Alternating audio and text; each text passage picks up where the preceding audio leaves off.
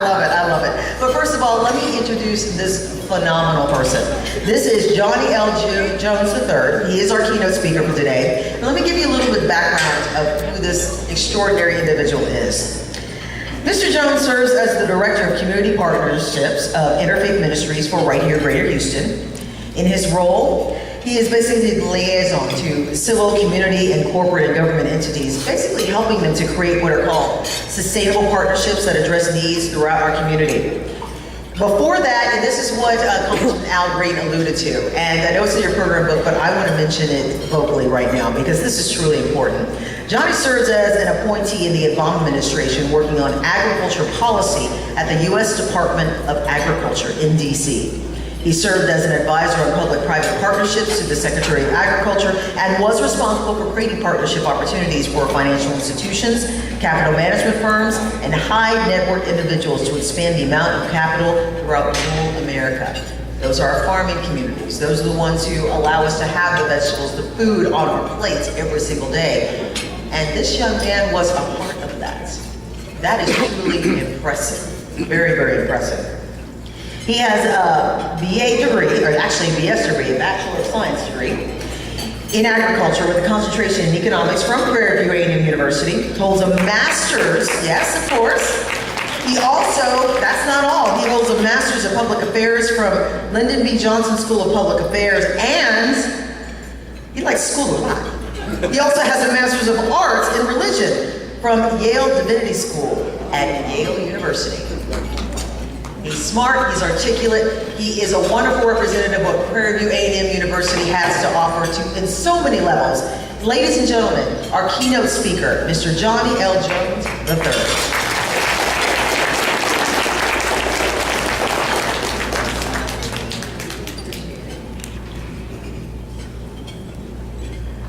Say thank you to Ms. Melton for that rousing introduction. While I was sitting there listening, I was wondering who she might be talking about.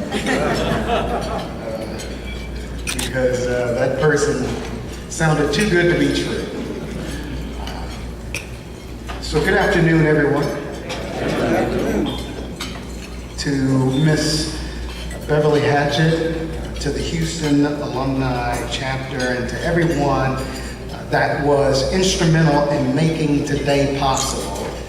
I want to say thank you for affording me this opportunity to share just a few words that I hope will inspire and encourage many of us to invest more in our next generation. Now, I come from a long line of Baptist preachers. So I think I have the right to say this, that, you know, Baptist preachers tell two lies every time they get in the pulpit. The first lie is, I won't be before you long. And the second lie is, I'm getting ready to close. It is my hope, and with your help, that I'll rise above both of those lies on today, and I won't be before you long. And when I say I'm closing, just believe that I'm getting ready to take my seat. Is that all right? In 1963, a drum major for justice stood on marble steps and in the shadow of the Lincoln Memorial and issued a clarion call to all of God's people to join together and partake in a dream. A dream that one day this nation would rise up and live out the true meaning of its creed. That we hold these truths to be self-evident that all men and women are created equal. Unfortunately, we live in a time wherein our society and our world are defined by sound bites from fake news media outlets. Quick tweets that threaten to establish national policy. Mysterious foreign governments thwarting our pursuit of democracy. And politicians who are more interested in passing rhetoric instead of legislation to rebuild our bridges and not 30-foot walls. If you do agree with me, you might also ask the question, well, what happens to a dream deferred? Does it dry up like a raisin in the sun? Or fester like a sore and then run? Does it stink like rotten meat or crust and sugar over like a syrupy sweet?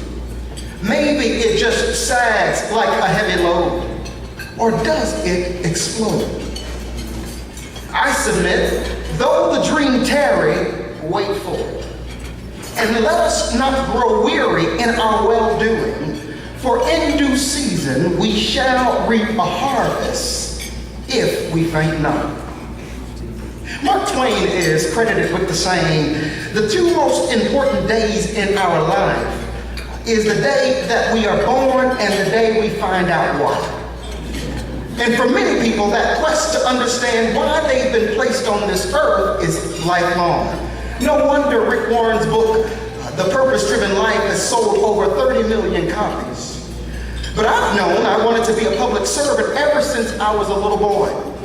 For me, it's a deep conviction that drives everything I do in life. As I indicated earlier, my father is the pastor of a Baptist church that focuses its outreach on the most vulnerable populations in our city. My mother is a juvenile probation officer and mental health counselor whose passion it is to help kids who are reared in unhealthy environments avoid perpetuating the cycle of poverty and impoverishment. And then there's my late grandmother, Mama Rose, who never completed her high school education but found fulfillment in teaching all of her grand and great-grandchildren how to read.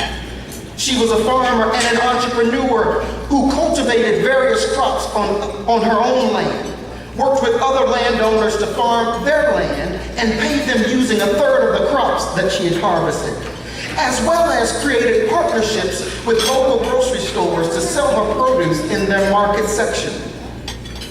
My Mama Rose also found joy in teaching her grandchildren the importance of hard work. Wait, let me rephrase that. She found great joy in teaching her grandchildren the importance of hard work and admonishing them to always to do their best and in everything be consistent. For us, that meant going with her to the garden every day to either till the soil, remove the weeds, or fertilize the crops, even, watch this, when we saw no growth or progress from the seeds. My community was like any other rural community. We suffered from a lack of job opportunities, a poor educational system, and there were very few recreational outlets. As a result, young people in my community tended to default to unhealthy behavior. And I can understand this behavior or pattern because I practically lived it. School was difficult for me in my younger years, so I thought joining a gang and being bad, like Michael Jackson bad, was the way to go. But in high school, I had the fortune to meet a teacher who believed in me, who told me that it's not what my past looks like, but what I do in the present that matters. However, my high school counselor strongly suggested that I go to a vocational school, and nothing's wrong with that, because they believed I didn't have the intellectual prowess to succeed at a four-year institution. Which reminds me of what Dr. Mae Jemison, the first African-American female astronaut, once said, never be limited by other people's limited imaginations. So against my counselor's recommendation, I enrolled at Prairie View and decided to study agriculture economics. And before the start of the semester, I met a gentleman in the ag department named Horace Hodge. I introduced myself and immediately asked him if he was aware of any scholarships. He said that he was, and for me to give him a call the following Monday. Well, that next Monday, I called Mr. Hodge and asked about those scholarships. His response was, well, I don't see anything you qualify for yet, but call me tomorrow and I'll see if I found something for you. Well, the next morning I called Mr. Hodge again. I said, Mr. Hodge, do you have any scholarship for me? He said, oh, no, not yet, but call me tomorrow and I'll see what I have for you. I'll have you know, I called Mr. Hodge every day for an entire month asking about those scholarships. And it was on the 30th day I called, as I always had, and was prepared to hear what I always heard. And I was ready to call again the next day. However, this time, something was different. Mr. Hodge's tone was a bit chipper. And he said, Johnny, I think I found a scholarship for you that you qualify for, and it will cover all of your tuition and fees for 3 years. And because it's a departmental scholarship, your out-of-state fees will be waived. My grandmother planted a seed, my high school teacher planted a seed, and Mr. Hodge on that day planted a seed.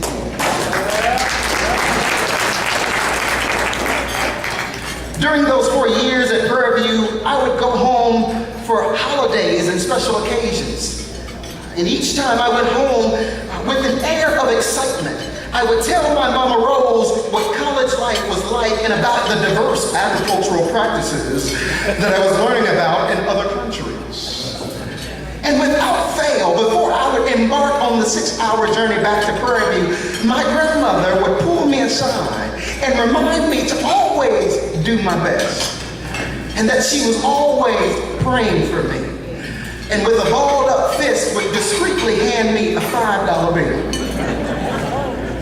And she did this every time I went home to visit.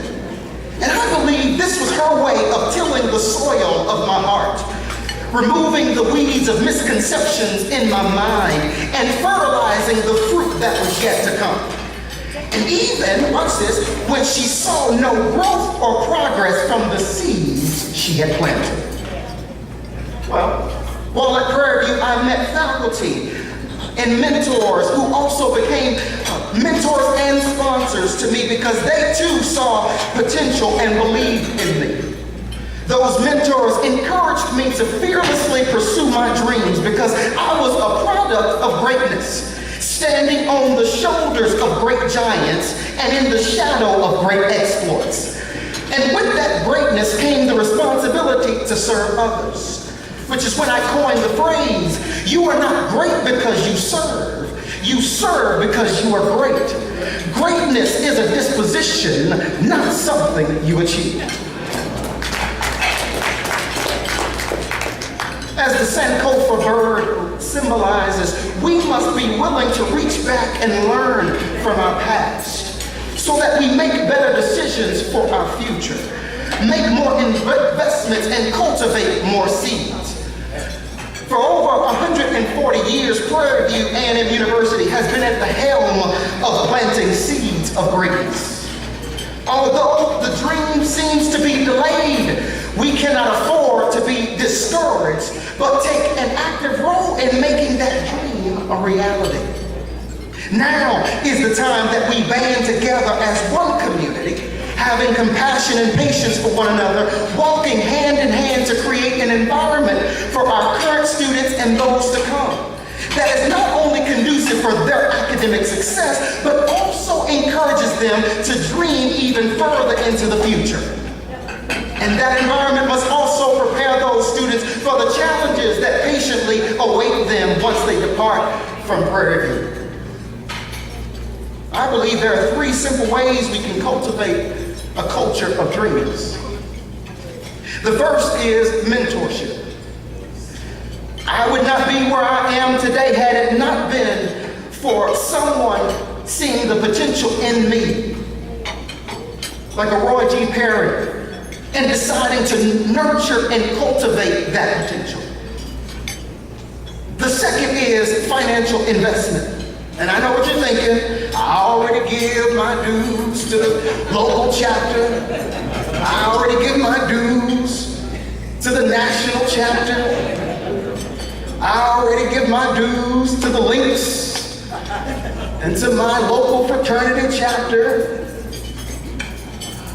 And while that is good and necessary, we must also consider those students who have come from very humble environments.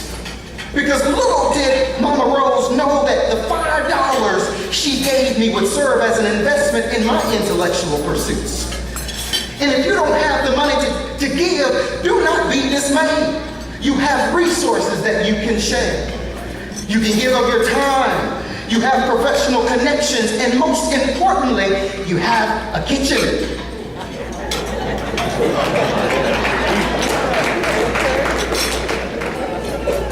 I'll speak for myself. I love to eat. The third and final way is through your prayers. And I understand that not everyone in this room may be a person of faith, but if you are, know that your prayers can be effective in ensuring that our students are protected, provided for, and are able to live out their full potential. My grandmother planted a seed. My teacher planted a seed. Mr. Hodge planted a seed. Prairie View A&M University planted a seed. And while their individual seed may seem small or insignificant to some, that investment, along with their consistent cultivation, prepared me for and propelled me into my destiny. So I implore each of you, before you retreat to your respective homes and places of employment, to find one student you can invest in. But remember to remain consistent in your cultivation, even though you may see no immediate progress or growth. Because in due time, you will reap a harvest. I'm living proof. Thank you. God bless.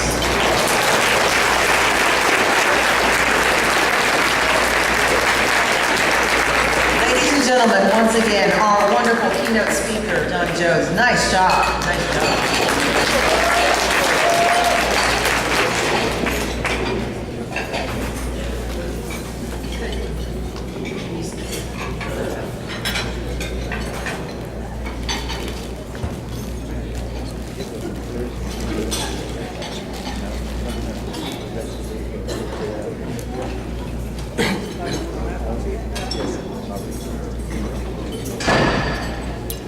Just 1 second. It's new.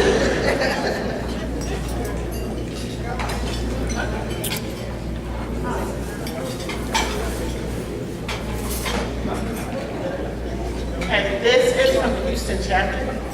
It is presented to Mr. Johnie Jones III in appreciation for your inspirational presentation. Prairie View A&M University National Alumni Association, Houston chapter, Mardi Gras Scholarship Luncheon, February 24th,